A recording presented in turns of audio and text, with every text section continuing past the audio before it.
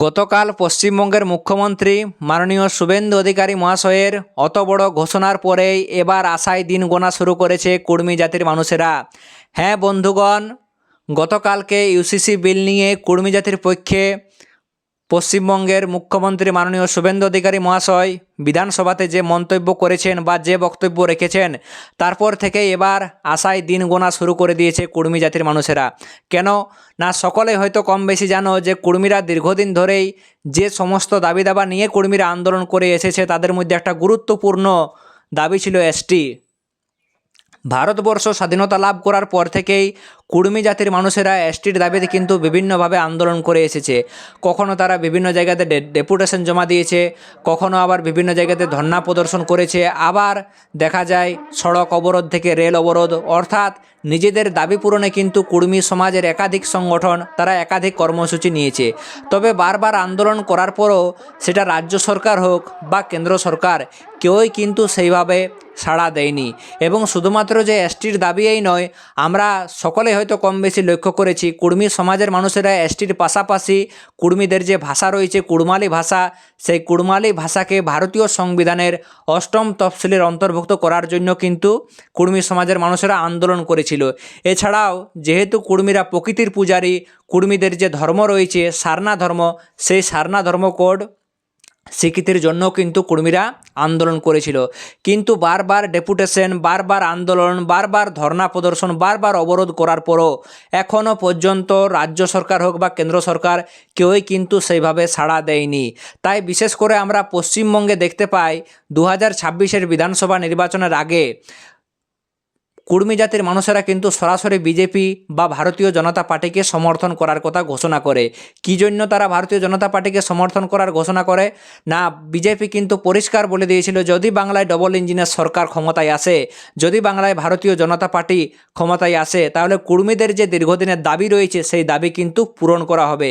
শুধুমাত্র ভারতীয় জনতা পার্টির পশ্চিমবঙ্গের রাজ্য নেতারাই নয়, দেখা যায় ভারতবর্ষের যিনি স্বরাষ্ট্রমন্ত্রী রয়েছেন, হ্যাঁ বন্ধুগণ, ভারতবর্ষের যিনি স্বরাষ্ট্রমন্ত্রী রয়েছেন মাননীয় অমিত শাহজি, উনি যখন পুরুলিয়ার বাঘমুন্ডিতে প্রচারে আসেন, তখন উনি কুর্মীদের যে ভাষা রয়েছে কুড়মালি ভাষা, সেই কুড়মালি ভাষাকে 8ম তফসিলের অন্তর্ভুক্ত করা হবে এই নিয়ে কিন্তু উনি বড় ঘোষণা করেছিলেন। উনি মঞ্চ থেকে ঘোষণা করেছিলেন বিজেপি সরকার বাংলায় ক্ষমতায় এলে, অর্থাৎ ডবল ইঞ্জিনের সরকার যদি ক্ষমতায় আসে, তাহলে কিন্তু কুর্মীদের যে একটা দীর্ঘদিনের দাবি রয়েছে, দীর্ঘদিনের যে ডিমান্ড রয়েছে কুড়মালি ভাষা, সেই কুড়মালি ভাষাকে 8ম তফসিলের অন্তর্ভুক্ত করা হবে।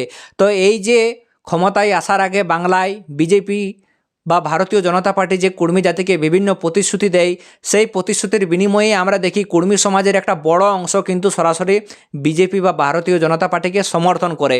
এবং শুধুমাত্র সমর্থন করাই নয়, বিভিন্ন জায়গায় দেখা যায় কুর্মী সমাজের একাধিক সংগঠন কিন্তু বিজেপির হয়ে প্রচারে নামে।